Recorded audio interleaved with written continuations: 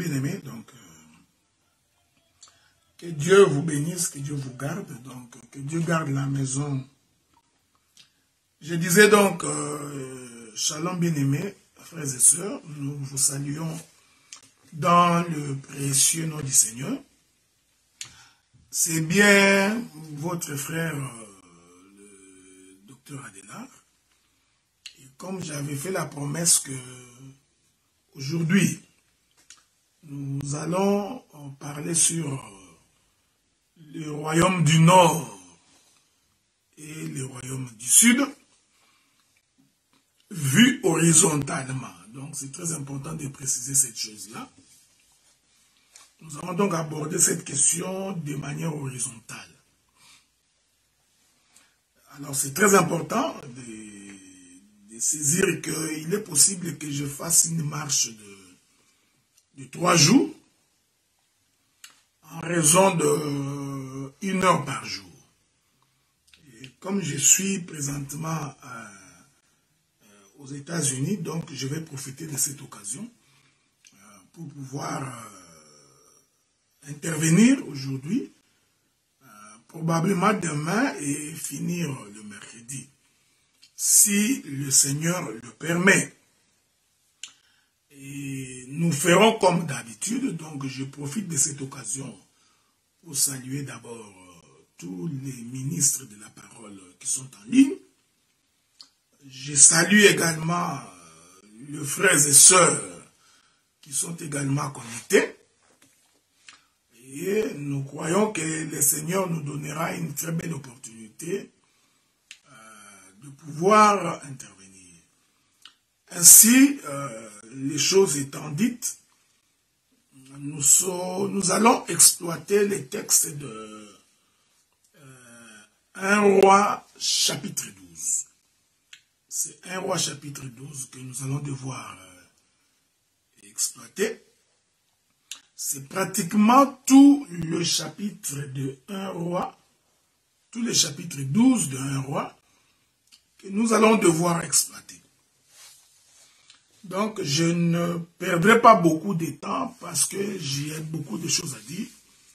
Il y a de la matière à exploiter, donc j'essaierai, dans la mesure du possible, de faire de mon mieux pour que nous puissions terminer. Comme vous savez, le roi David avait eu l'idée de pouvoir construire une maison en l'honneur de l'Éternel. Alors Dieu lui dira que toi, David, tu ne peux pas construire pour moi une maison, d'autant plus que tes mains sont pleines de sang parce que tu es un guerrier. Tu es un homme qui a fait la guerre. Alors il appartiendra donc à ton fils Salomon de pouvoir construire une maison à mon honneur. Et l'Écriture atteste que le frère David va donc réunir les ustensiles pour la construction de la maison. En d'autres termes, David va donc rassembler les éléments constitutifs pour bâtir une maison à l'honneur de l'Éternel. Que la paix de Dieu soit avec vous. Ainsi, ces rassemblements-là que le roi David est en train de faire, nous disons, c'est toute une dispensation. Donc c'est la trompette des rassemblements. Parce que David va donc rassembler tous les ustensiles. Donc David va donc faire ce qu'on appelle un rassemblement. Ici, je voudrais donc rejoindre l'Éternel Dieu dans le livre de Genèse, dans son chapitre 2, lorsque le Seigneur voulut créer Adam, l'Écriture atteste que l'Éternel a dû rassembler la poussière de la terre. Donc, or Adam, c'est toute une maison. Adam, c'est tout un tabernacle. Adam, c'est la maison de Dieu. Tout comme David qui voudrait construire une maison pour Dieu, David va donc procéder au rassemblement des ustensiles. Il va commander les matériaux lui permettant de préparer la construction de la maison. Ici, David qui est en train de rassembler les matériaux pouvant servir à la construction de la maison de Dieu, David est donc l'image, la figure, le symbole de Dieu qui rassemble la poussière de la terre pour former Adam. Que la paix de Dieu soit avec nous. Est-ce que vous me comprenez? Est-ce que vous me saisissez? Donc, je commence ici, parce que si je ne commence pas ici, vous aurez des difficultés pour comprendre comment le royaume a été divisé en deux. Ok? Ainsi, donc, le roi David va donc procéder à ce que nous appelons la trompette de rassemblement. Ce que David est en train de faire, il est en train de rassembler les matériaux lui permettant, pas lui, mais certainement son fils, je vais le dire tantôt là, de pouvoir construire une maison pour Dieu. Remarquez cette chose. Ce que David fait n'est qu'une répétition de ce que Dieu avait déjà fait. Parce que l'Écriture dit qu'au commencement, Dieu, pour créer Adam, Dieu a donc procédé au rassemblement des matériaux.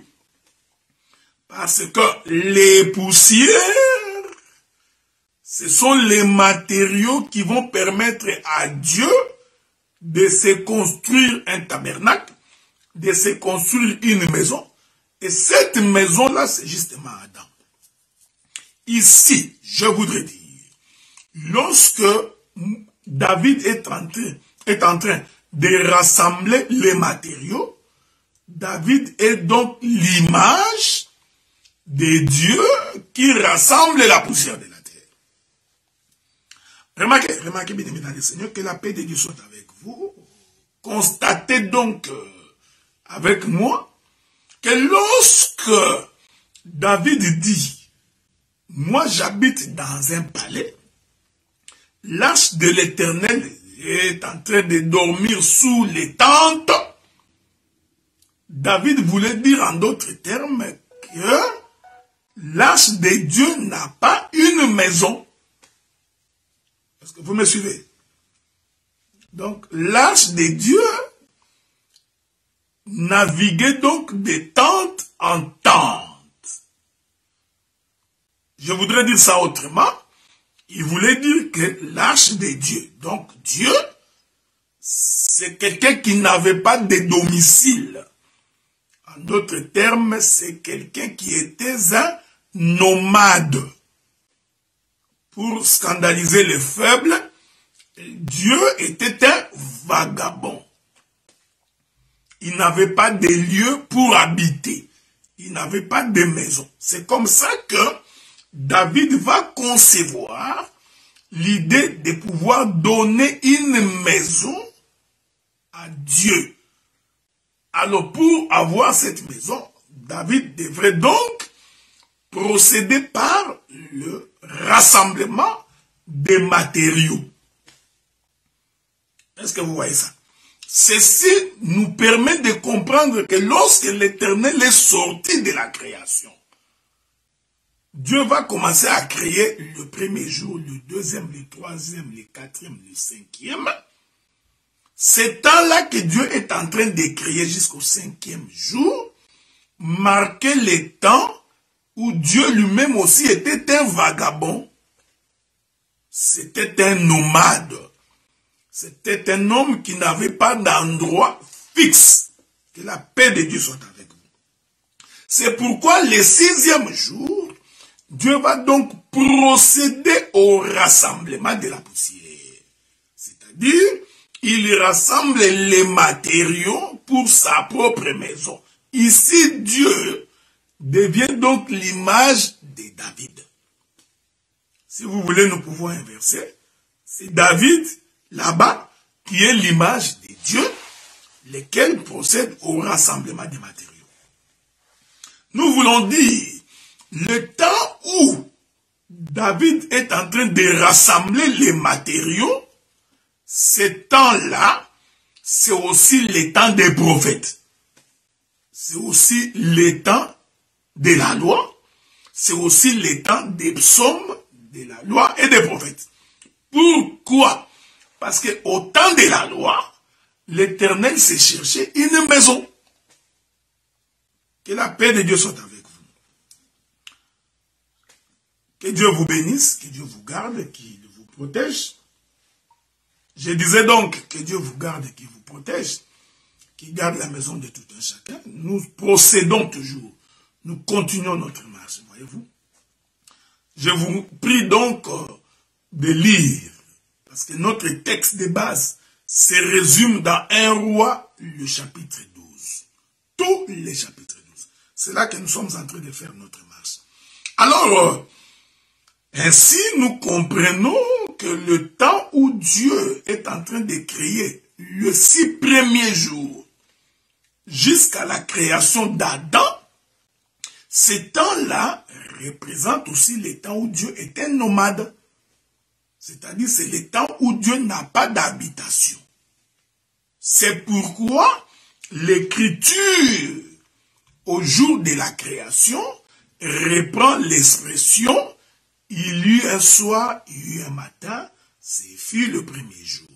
Il y eut un soir, il y eut un matin, ce fut le deuxième jour. » Or, Dieu va répéter les mêmes termes jusqu'au 6e jour. Cependant, vous comprenez, pour qu'il y ait un soir, qu'il y ait un matin, il faudrait que le soleil se lève et que le soleil se couche. Que le soleil se lève et que le soleil se couche. Le nombre de fois que le soleil est en train de se lever et de se coucher détermine le temps où Dieu est nomade. C'est-à-dire, Dieu n'a pas de domicile. Il n'a pas d'endroit pour dormir.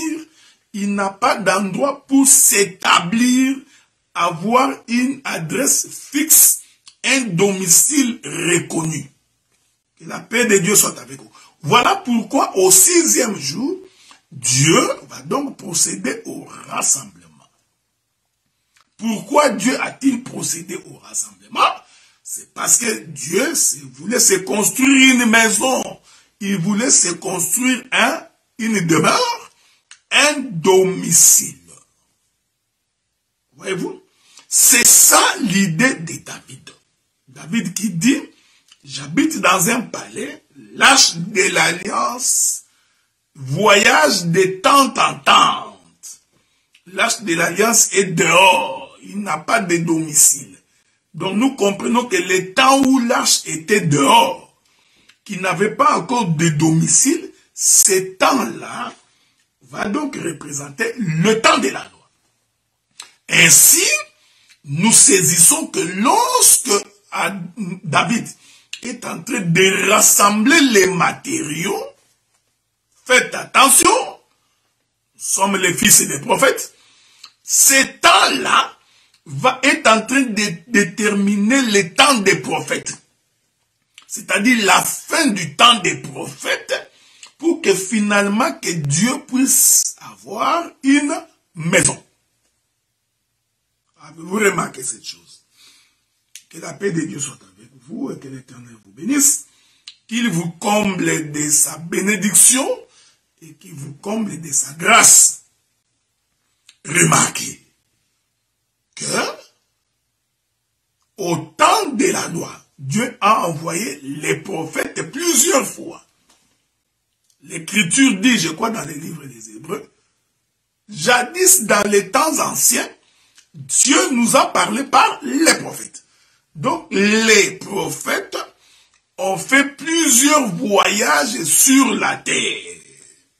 Or les prophètes sont les envoyés de Dieu. Ce sont les envoyés de l'Éternel. Donc nous comprenons que toutefois que les prophètes visitaient Israël, Le souci de Dieu, c'était de se trouver une maison. Voyez-vous? C'est pourquoi les prophètes ont défilé plusieurs fois.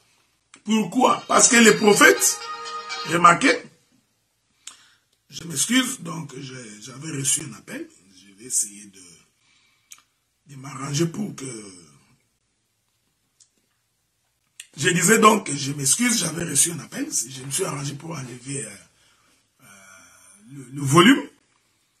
Comme vous savez, je suis en train de vous parler sur Facebook et en même temps sur groupe WhatsApp Nié Fracassé 2. Donc, comprenez, c'est pourquoi j'ai également un autre téléphone entre mes mains. Nous disons que tout le temps que le prophète visitait la terre, tout le temps que le prophète venait sur la terre, ce temps-là, c'est le temps où Dieu était considéré comme étant un nomade, comme un vagabond, comme quelqu'un qui n'a pas de domicile fixe. Ici, je ne prends pas le terme vagabond de façon péjorative. Il ne s'agit nullement de ça. Ok? Donc, et aussi, il faut faire très attention. Il n'est pas dit que partout où tu trouveras le terme vagabond, que le terme vagabond aura toujours le même sens. Non, pas du tout. C'est pourquoi il faut toujours placer la balustrade lorsque l'on procède à un enseignement. Remarquez donc que tout le temps là va donc déterminer le temps où Dieu vient plusieurs fois visiter le peuple de la terre sans trouver un domicile fixe. C'est pourquoi un jour, le Seigneur parlant aux enfants d'Israël, aux Juifs, il leur dira, les renards ont des tanières, les oiseaux ont des nids, mais le Fils de l'homme n'a pas où dormir. Il n'a pas où mettre sa tête. Donc, le Seigneur confirmait par là que jusque-là, il était un nomade. C'est comme ça que l'on comprend la pensée de David qui dit, il faudrait donc que je fasse une maison pour l'Éternel. Il va donc procéder au rassemblement. Il rassemble les matériaux pour la construction de la maison. Ces matériaux-là, j'appelle que c'était toute une trompette de rassemblement.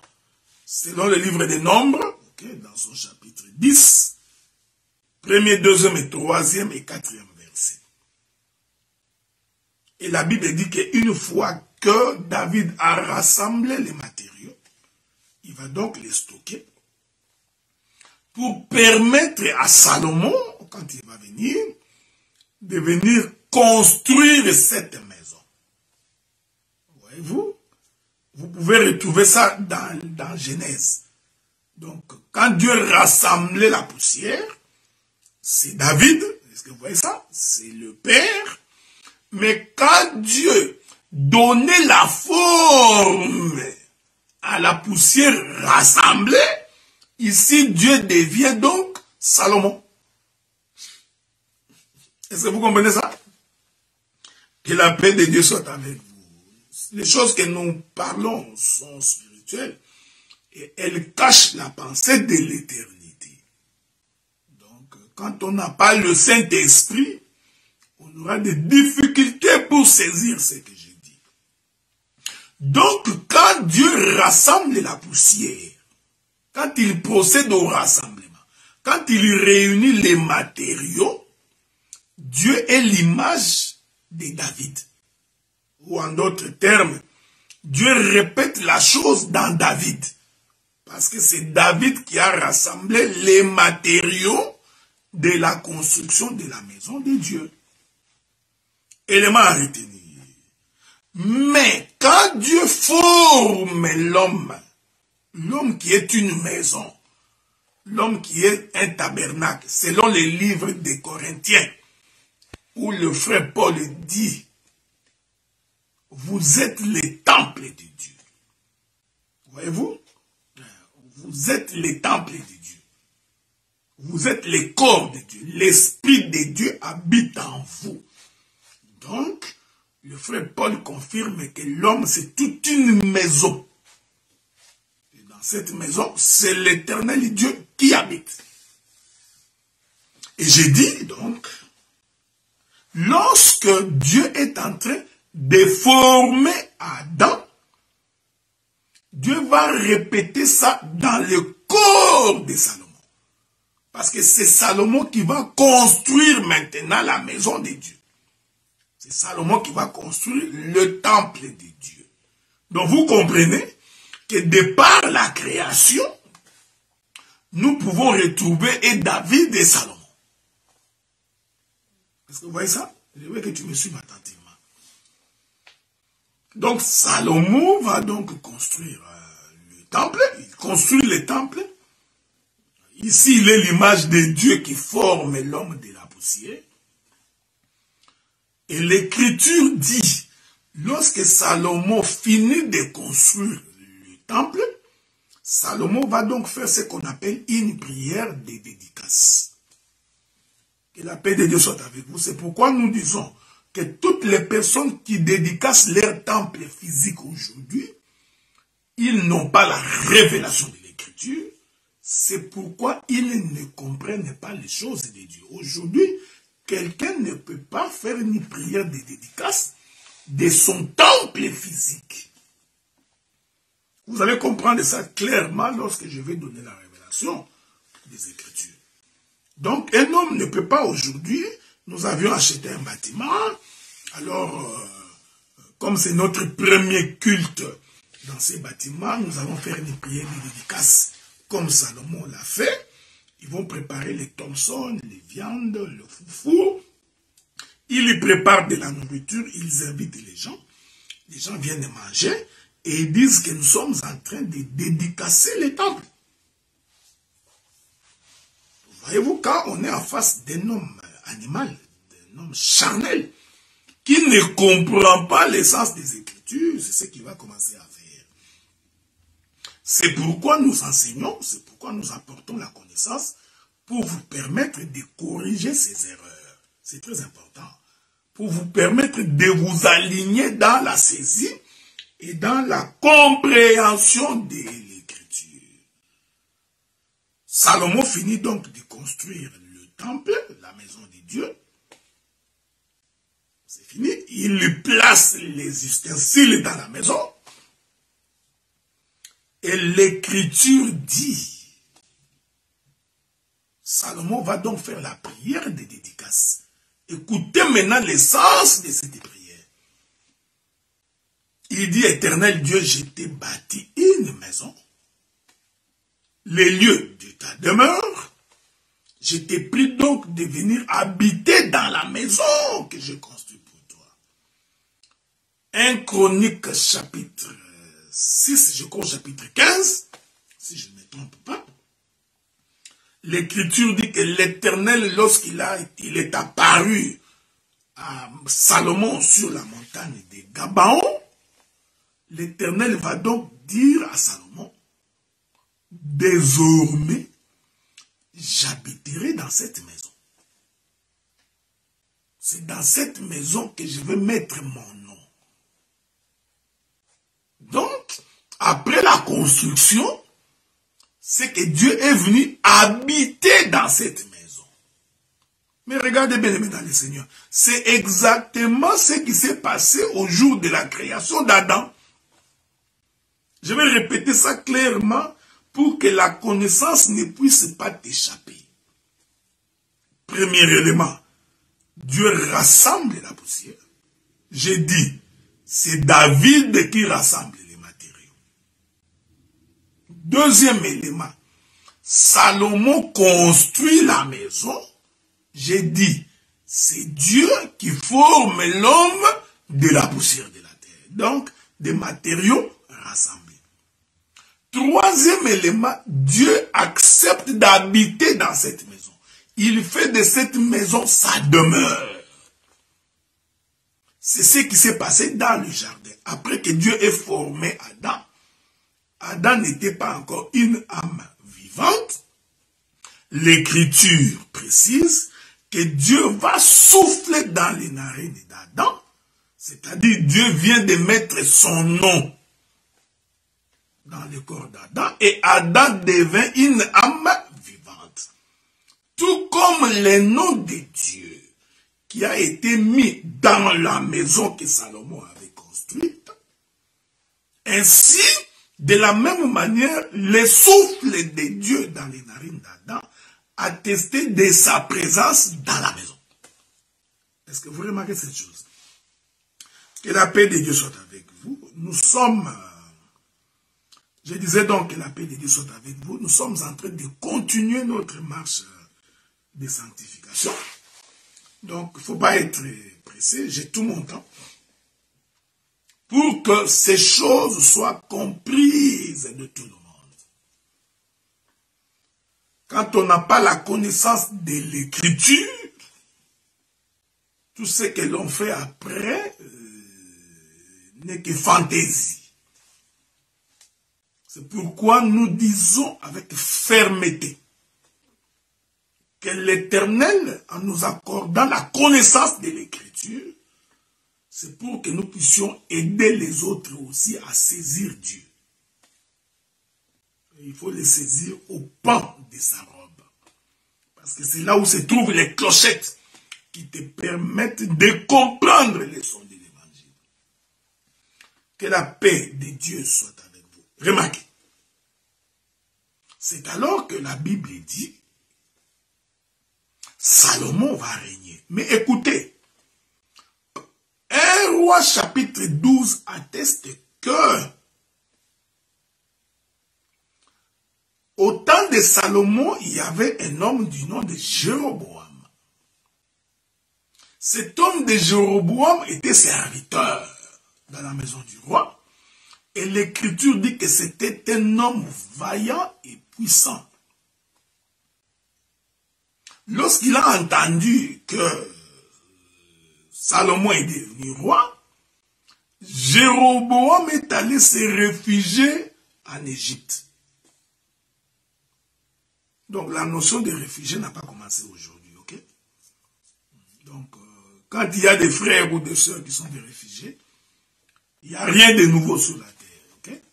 Donc, dans les Écritures, nous avons des exemples, et ils sont légions, qui attestent qu'un homme peut devenir réfugié.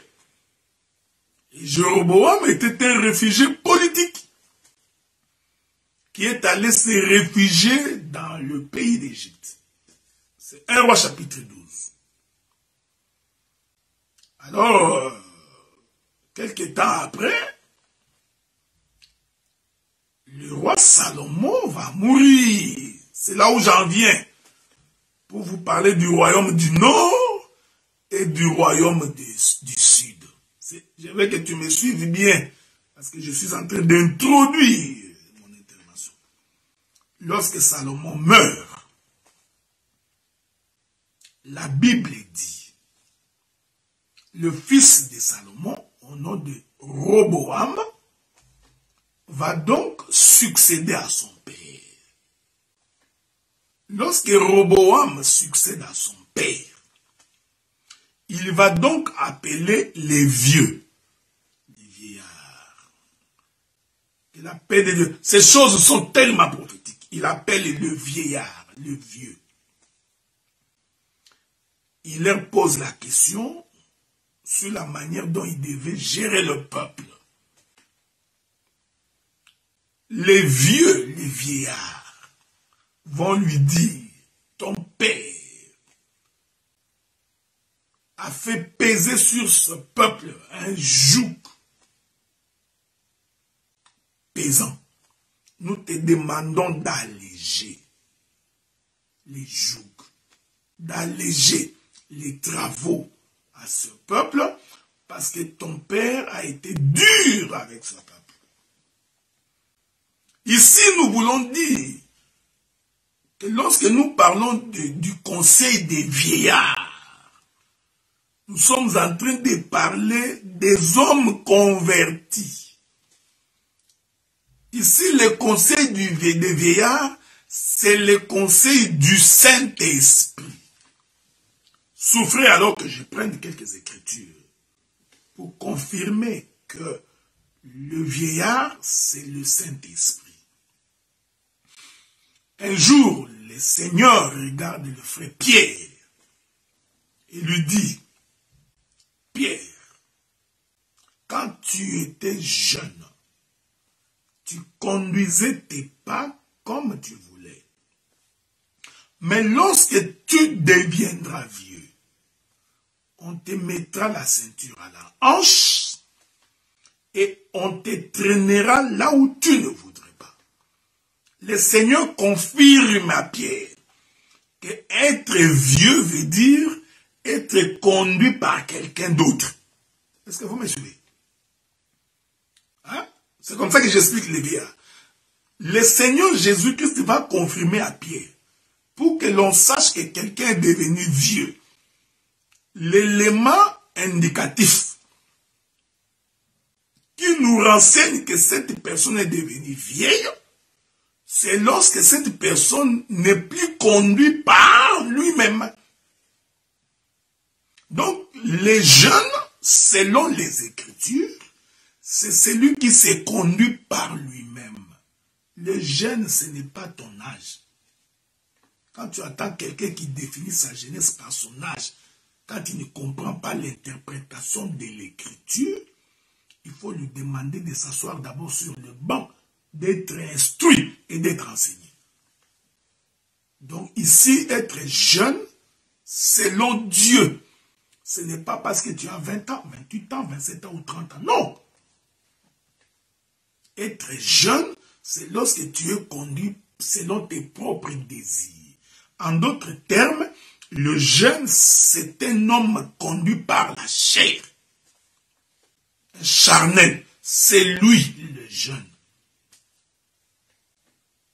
C'est un inconverti. Est-ce que vous remarquez ça? C'est pourquoi l'Écriture dit qu'on ne donne pas la royauté à un jeune roi. Ce n'est pas le jeune par ton âge, non. C'est-à-dire que tu es encore un charnel. Le désir de la chair remplit ton cœur.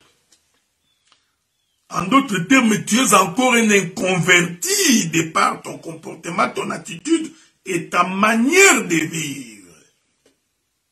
Alors que le vieux, ce n'est pas celui qui est forcément âgé en âge. Ça, c'est comprendre selon Maurice Grévis. Le vieux, c'est celui à qui on attache, on met une ceinture à sa hanche et on le conduit là où il ne veut pas. C'est pourquoi les livres des Éphésiens confirment que ayez à la hanche la vérité pour ceinture. Donc nous comprenons que la ceinture qui est mise à la hanche de cet homme qui est devenu vieux, cette ceinture-là, c'est la vérité. Ayez à vos reins la ceinture, la vérité comme ceinture. Que la paix de Dieu soit avec vous. C'est pourquoi Christ dit dans sa parole, vous connaîtrez la vérité et la vérité vous affranchira. La vérité vous attirera parce que vous étiez premièrement esclaves, donc vous étiez jeunes. Que la paix de Dieu soit avec vous. Est-ce que vous comprenez ces choses?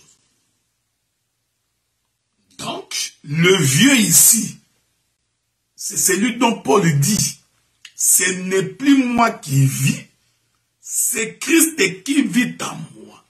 Le livre des Galates confirme, ayez en vous le Saint-Esprit, alors vous n'accomplirez pas les désirs de la chair. Car la chair est opposée à l'esprit. Les désirs de la chair sont opposés aux désirs de l'esprit. Donc, vous comprenez que les vieillards ici, qui ont donné conseil à Roboam, représentent en réalité tout un sacerdoce. C'est le sacerdoce de l'intelligence. Regardez ce que Roboam fait.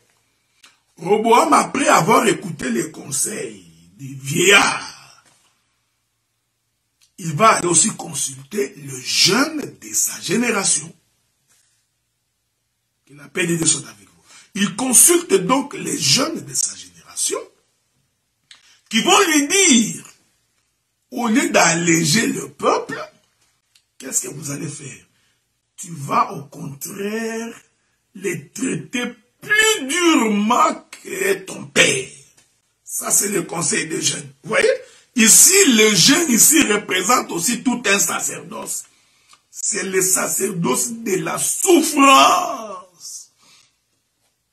C'est pourquoi j'ai toujours dit, si quelqu'un croit qu'il va diriger l'église par la force, en tapant les poings sur la table, il pense que c'est en criant qu'il va diriger le peuple. Il pense que c'est en grondant qu'on va avoir peur de lui. Qu'on va considérer que regardez les vrais apôtres, c'est celui qui parle avec un ton aussi difficile. Non, non, non, non. Ça, c'est être jeune. Vous voyez? C'est ça. C'est être charnel. Donc, les jeunes ici représentent aussi un autre sacerdoce. Je veux que vous me suiviez très bien parce que je vous ai dit que je vous parlerai pendant 3 jours. Hein? Donc, soyez en paix. Alors, le roi Roboam, qui n'avait pas écouté, il va donc écouter le conseil des jeunes, il va traiter son peuple durement. Écoutez maintenant ce que l'Écriture dit. 1 Roi chapitre 12, tous les chapitres 12. L'Écriture maintenant va nous aider à comprendre ces choses. Que la paix de Dieu soit avec vous. Que la paix de Dieu soit avec vous. Nous continuons notre marche de sanctification. Donc, c'est comme je vous disais, je ne suis pas chez moi, donc je suis aux États-Unis. Donc, dans l'état de New Hampshire, dans la ville de Manchester. Ok? C'est d'ici que je suis en train de vous parler parce que je suis ici pour l'œuvre de Dieu jusqu'au week-end prochain. Je profite de l'occasion également pour bénir vos maisons et bénir la maison de tout un chacun. C'était une parenthèse que j'ai ouverte, que je voudrais fermer immédiatement. Alors, lorsque Roboam, fils de Salomon, prend donc la résolution de traiter durement son peuple, l'Écriture dit, alors, 10 tribus parmi les 12 vont se révolter. Que la paix de Dieu soit avec vous. Vous comprenez? Donc, bien-aimés saints, bien-aimés prédicateurs de l'évangile, ministres de la parole, si vous avez l'habitude de traiter le peuple durement, en croyant pouvoir vous imposer par la force, je t'informe que le peuple va se rébeller. Le peuple va se révolter. C'est comme ça que vous allez constater que l'Église est en train de se vider de membres. Tu te poses la question, mais moi j'ai l'évangile, j'ai la connaissance, j'ai l'interprétation. Pourquoi l'Église est en train de se vider? Non, je t'informe. L'Église est en train de se vider parce que tu pensais pouvoir traiter le peuple durement. Tu crois que tu peux t'imposer par force? Non. Suivez-moi attentivement, que la paix de Dieu soit avec vous. Donc, le fait de traiter le peuple durement va conduire 10 tribus à se révolter. Les 10 tribus qui se sont révoltées vont constituer ce qu'on appelle les royaumes du Nord. Et l'Écriture dit 2 tribus vont donc rester avec Roboam. Je voudrais que tu me suives attentivement parce que demain, j'expliquerai d'abord que quand vous lisez les textes, vous aurez l'impression que Roboam ne régnait que sur la tribu de Juda. C'est l'impression que ça donne. Mais faites attention, il faut bien lire des textes. Tu vas constater que lorsque Roboam voulut attaquer les 10 autres tribus, il a aussi fait appel à la tribu de Benjamin. Donc, le simple fait de vouloir traiter durement son peuple, cette chose a créé la rébellion, cela a créé la révolte. Mais remarquez, la révolte des 10 tribus. Donc, il y en a 10 tribus qui se sont détachées pour former ce qu'on appelle le royaume du Nord. Alors, il y a eu 2 autres tribus qui sont restées, c'est-à-dire la tribu de Juda et de Benjamin, pour constituer ce qu'on appelle le royaume du Sud. Dans la connaissance, on appelle les 10 tribus, le royaume du Nord, on l'appelle aussi la Samarie. Et la paix de Dieu soit avec vous. C'est pourquoi quand vous suivez la conversation de Jésus avec la femme samaritaine, quand la femme samaritaine dit que vous dites que il faut prier Dieu au temple, mais nous disons à la montagne, ce discours-là de la femme samaritaine, c'était un discours qui attestait de 2 royaumes. Le royaume du Nord et le royaume du Sud. Et c'est avec raison que la femme samaritaine avait dit à Jésus que vous dites qu'il faut prier dans les temples. Pourquoi?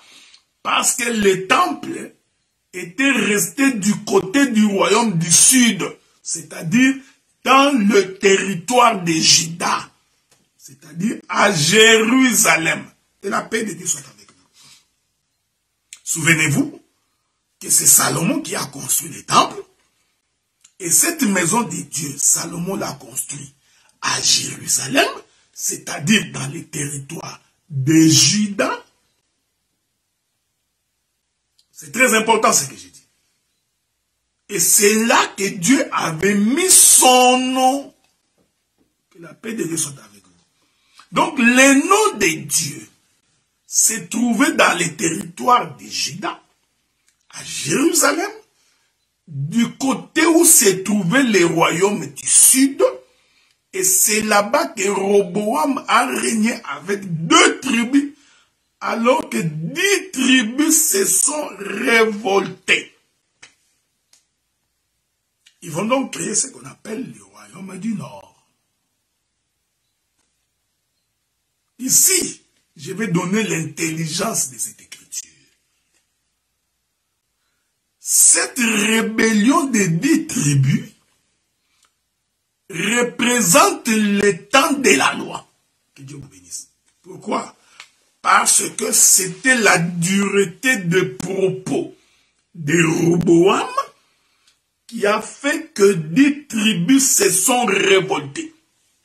Ici, nous voudrions dire, les propos durs de Roboam, c'est ça la loi. C'est ce qu'on appelle œil pour œil, dent pour dent. Au temps de la loi, Dieu était en colère. Il frappait durement. Malheureusement, malgré la colère de Dieu, au temps de la loi, malgré le fait que Dieu était sévère, au temps de la loi, Israël ne s'est pas soumis. C'est pourquoi la Bible dit que Israël, peuple au cou raide. Vous voyez? Or, Israël est devenu un peuple au cou raide à cause de la loi. La loi, au lieu de dompter Israël, bien au contraire, la loi a révolté Israël. C'est comme ça que pour confirmer que c'est la dureté du propos du roi Roboam et l'image de la loi, ce qui fait que 10 tribus se sont révoltées. Or, le chiffre 10 représente les chiffres de la loi, les 10 commandements. Est-ce que vous me suivez? Donc nous comprenons que les 10 tribus ici représentent donc les 10 fils de Jacob.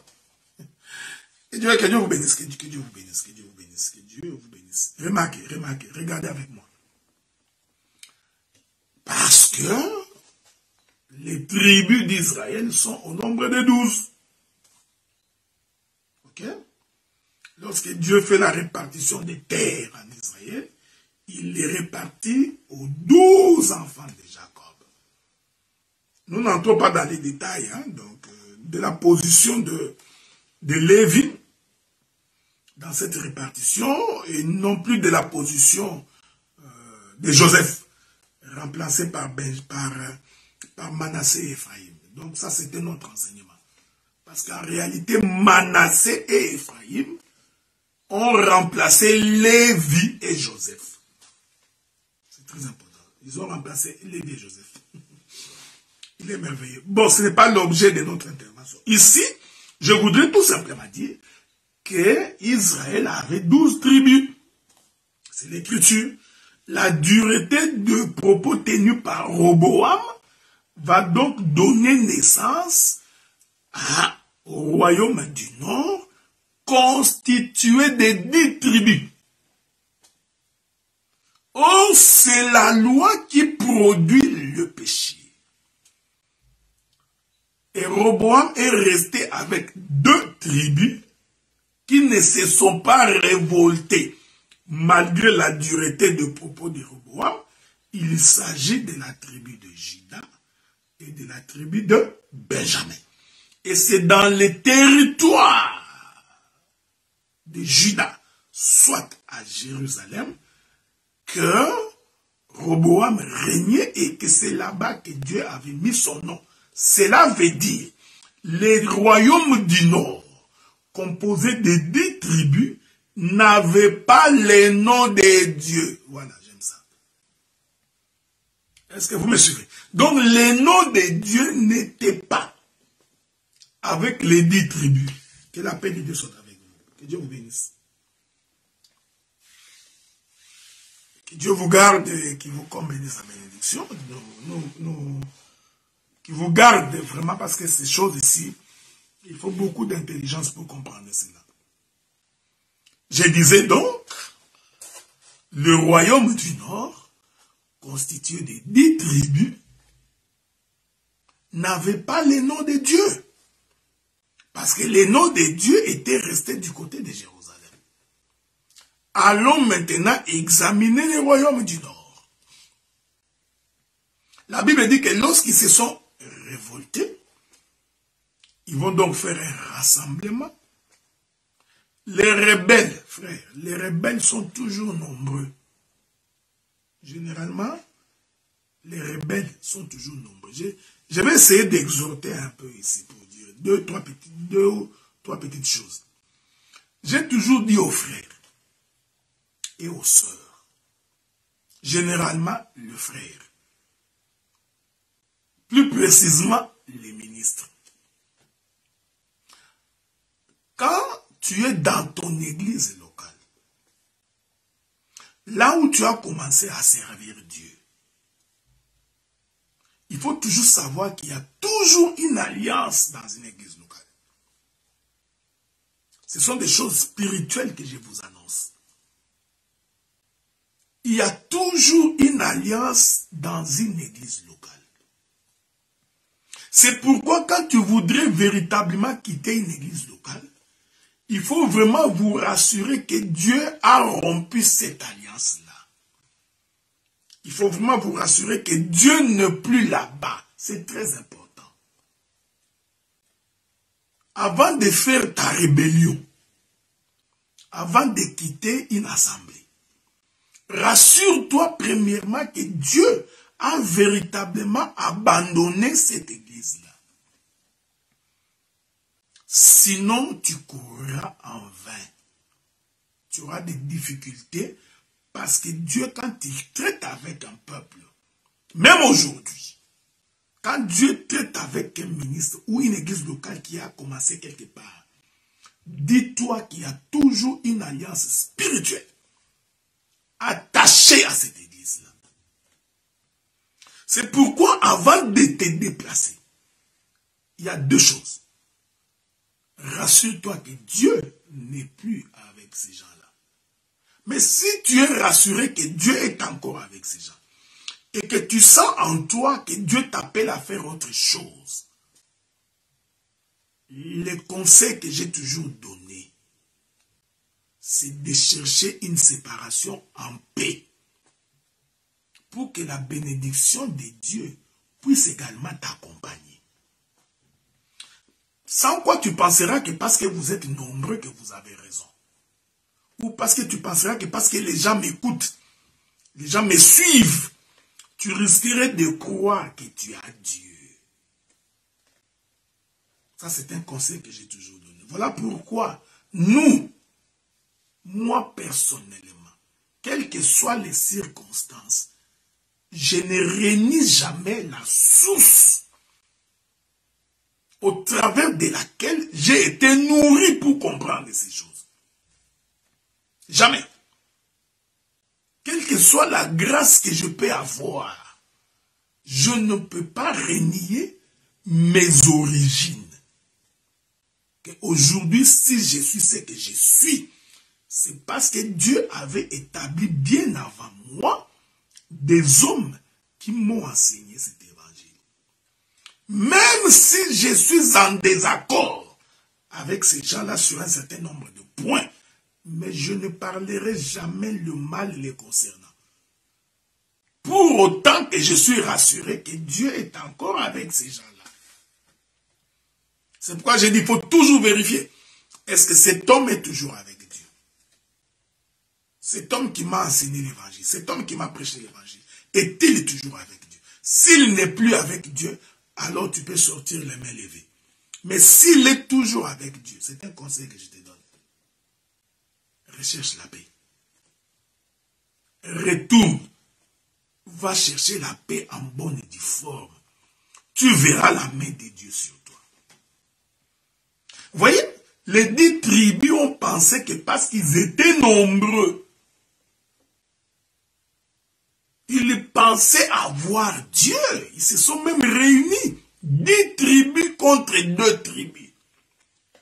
Mais ils avaient oublié que Salomon avait demandé à Dieu d'habiter dans la maison qu'il avait construite.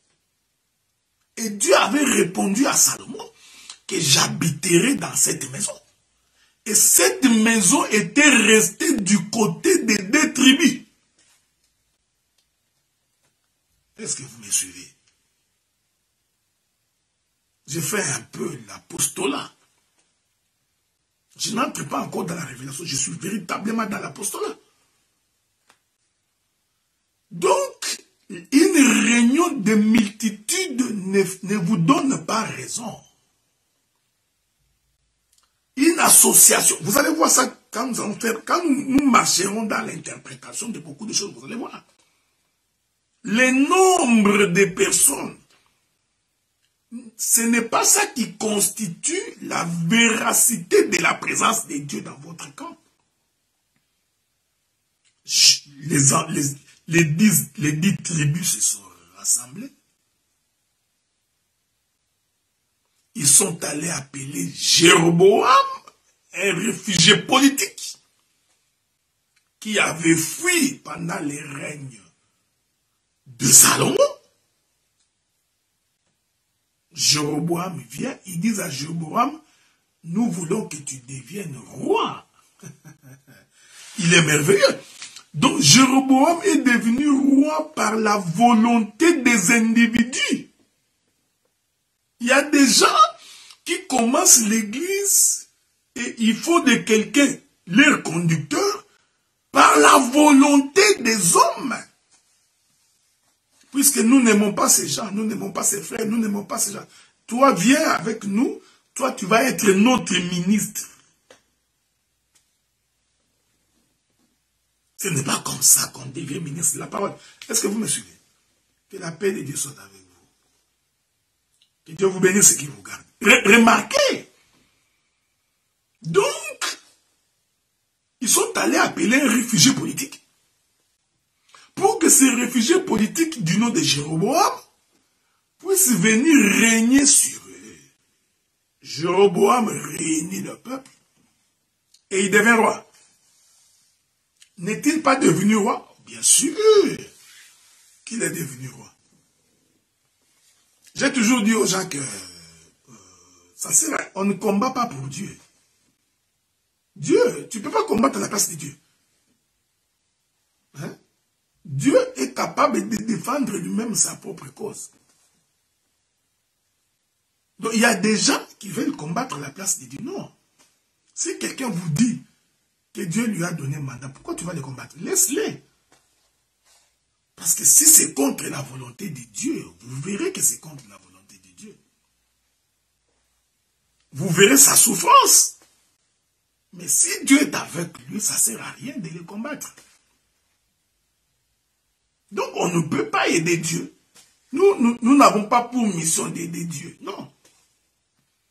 Non, tu vois, il faut que les frères la ferment. Non, ce n'est pas ton travail. Laisse Dieu et Dieu va s'en charger. Alors Jéroboam réunit les peuples, il les réunit. Et il devient roi. Jéroboam maintenant il va réfléchir. Il s'est dit, si je laisse ce peuple continuer à aller adorer à Jérusalem, c'est-à-dire au royaume du Sud, j'ai perdu le pouvoir. Nous avons des prédicateurs comme ça. Non, il ne faut jamais aller l'écouter. Non, il ne faut pas aller là-bas. N'écoutez pas ces gens-là. Non. Ce type-là est mauvais. Vous savez, il y a des gens comme ça. Il passe son temps à diaboliser notre ministre. Il pense qu'en diabolisant notre ministre, il pense qu'en faisant cela, il va les diminuer, il va les perdre. Étonnamment, ça ne se passe pas comme ça. Il y a vraiment des gens qui ne comprennent pas les Écritures, malgré le nombre des années qu'ils ont fait dans l'œuvre de Dieu. Tu ne peux pas perdre ton temps en pensant que si tu parles les mal de ton frère, les gens vont les haïr. Non. Ça, c'est vraiment mal comprendre les Écritures. J'en parlerai un jour. Tu fais toute une campagne d'évangélisation contre ton frère. Tu as peur de quoi? Tu as vraiment peur de quoi? Si tu crois que tu as Dieu, mais sois en paix. Roboam, il savait. Il savait que le temple de Jérusalem est resté dans les territoires de Juda. Pourquoi? Souvenez-vous de la prophétie de Jacob sur Juda. Que la paix de Dieu soit avec vous. Remarquez. Souvenez-vous donc de la prophétie de Jacob sur Juda. Qu'est-ce que Jacob avait dit? Quand Jacob a prophétisé ici, le temple n'était même pas encore construit. Alors Jacob dit à Juda, il dit, les bâtons de commandement ne quittera jamais Juda jusqu'à ce que vienne les Shiloh. Est-ce que vous lisez les Écritures ou vous ne lisez pas? Ce que j'ai dit est aussi spirituel. Quand Dieu traite alliance avec quelqu'un, dans l'œuvre, je vous informe que Dieu fait en sorte que les bâtons de commandement ne quittent pas cet endroit-là. Or, les bâtons de commandement, c'est Dieu lui-même. C'est pourquoi je vous avais dit, avant de vous déplacer, rassurez-vous que Dieu n'est plus là-bas. Sans quoi vous risquerez de vous déplacer en vain, alors que Dieu est là-bas. J'ai toujours dit ceci, frère. Les différends entre les hommes de Dieu n'attestent pas que Dieu n'est pas là. Vous voyez, frère? Dieu avait dit que les bâtons de commandement ne quittera pas quoi? Juda. C'est-à-dire, voilà pourquoi la rébellion n'a pas eu lieu du côté du territoire de Juda. Parce que Jérusalem s'y trouvait et la main de Dieu était à Jérusalem. Donc Juda et Benjamin sont restés. C'est l'alpha et l'oméga. On en parlé là. Parce que Judas et Benjamin, c'est l'alpha et l'oméga. Et Roboam avait compris. Maintenant, Roboam va trouver les astuces pour empêcher les Israélites qui sont dans les 10 autres tribus d'aller prier et adorer à Jérusalem. Il y a des prédicateurs comme ça. Ils trouvent des formules et des astuces pour empêcher le peuple d'écouter un autre ministre. Cette pensée vient fortement de Jéroboam. Donc jusqu'à aujourd'hui, nous avons les disciples de Jéroboam au milieu de nous. Est-ce que vous comprenez ça? Les gens qui trouvent des astuces, non, il ne faut pas aller là-bas. Vous voyez, si vous allez là-bas, c'est un mauvais, cet homme-là est mauvais. Il est méchant. Il ne vit pas avec les gens. Malheureusement, la vérité finit par vous rattraper. Vous comprenez? On ne peut pas saisir un homme de Dieu que Dieu s'est choisi. Un homme sur qui Dieu a mis sa grâce.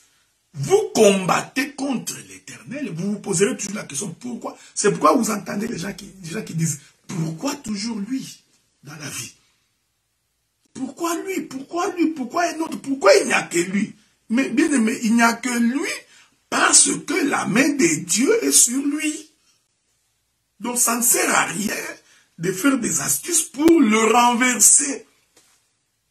Alors Jéroboam va s'imaginer, il dit, qu'est-ce que je ferai pour que les gens n'aillent pas à Jérusalem? Alors il va arrêter des stratégies.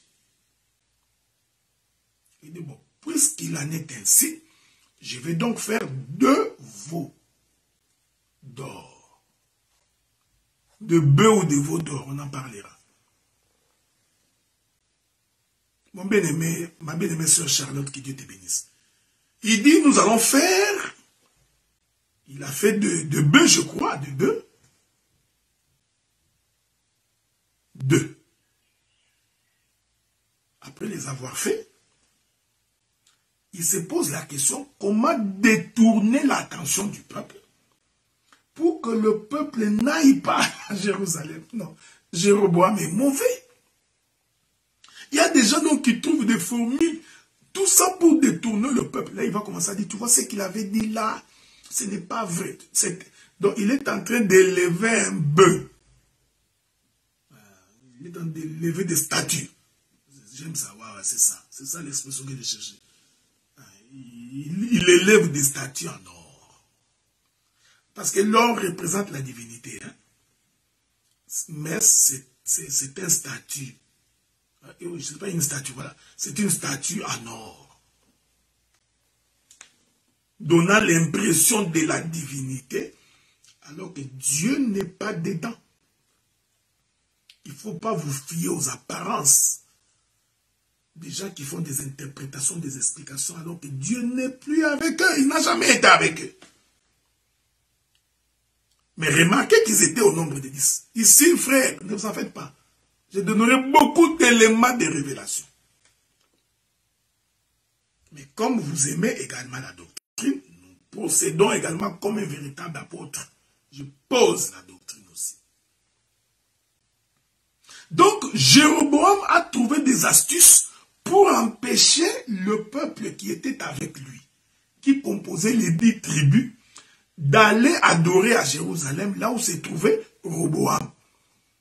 Donc, les rebelles se sont réunis au nombre de 10. Ils ont établi un chef du nom de Jéroboam. Jéroboam commençait à réfléchir. Comment j'ai fait pour que les gens n'aillent pas là-bas? C'est un esprit qui existe jusqu'à aujourd'hui. Jéroboam est mort. Mais l'esprit de Jéroboam est en train de circuler encore dans le monde. Alors, il trouve une formule.